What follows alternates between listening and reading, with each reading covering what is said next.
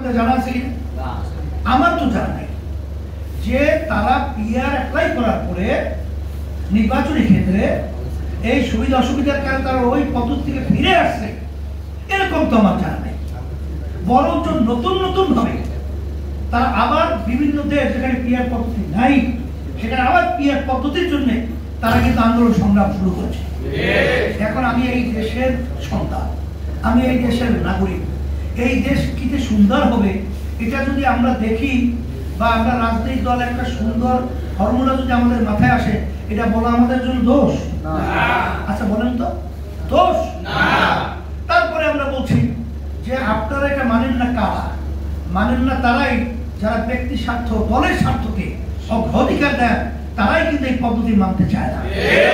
কারণ হলো এখন যে গতানুগতিক যে নির্বাচন ধারাটা আছে, এই নির্বাচন পদ্ধতিতে 30-35% যদি ভোট পেয়ে যায় তখনই তারা সরকার গঠন করে ফেলে।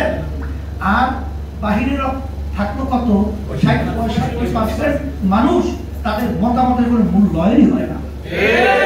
তখন যে রাস্তার ভিতরে অরাজকতা, হত্যা, অবরোধ, ভাঙচুর, জ্বালাও পোড়াও, দেশে অশান্তির ভিতরে চলতে থাকে।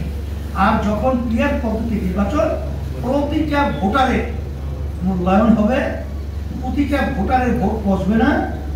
এরপরে আপনারা জানেন যে পিআর পদ্ধতি নির্বাচনের মাধ্যমে সব দলের প্রতিনিধি তখন সংসদে যাওয়ার সুযোগ থাকে।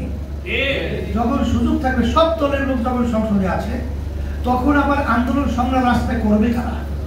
তাদের তো প্রতিনিধি আছেই, তারা তো আবার কথা বলছে, কথা বলার সুযোগ পেয়েছে, তাই সেখানে তাদের হরতাল, অবরোধ, এখানে তো রাস্তার কোনো প্রয়োজন হয় না। এই জন্য এই পিআর পদ্ধতির মাধ্যমে আমরা দেখেছি বিগত দিনে যে সরকারগুলো গঠন করেছে, যখন তারা এককভাবে সিদ্ধান্ত নেওয়া পাওয়ার পেয়ে যায়, এরপরে সংবিধান পরিবর্তন করার যখন তারা ম্যান্ডেট পেয়ে যায়, তখন তারা কিন্তু অন্য যত এমপি থাকুক সংসদে, তাদের কথার কোনো মূল্যায়ন থাকে না, বিরোধী দলের কথার কোনো মূল্যায়ন থাকে না। ওরা যা কয় বলুক, রাত্র দিনের দিন ওই পাশে থাকুক, আমরা যা বলছি পাশ করার তো সংবিধানে নিয়মই আছে, আমরা আমাদের পাশ করে নিলাম। তখন দেশ সুন্দর চলে।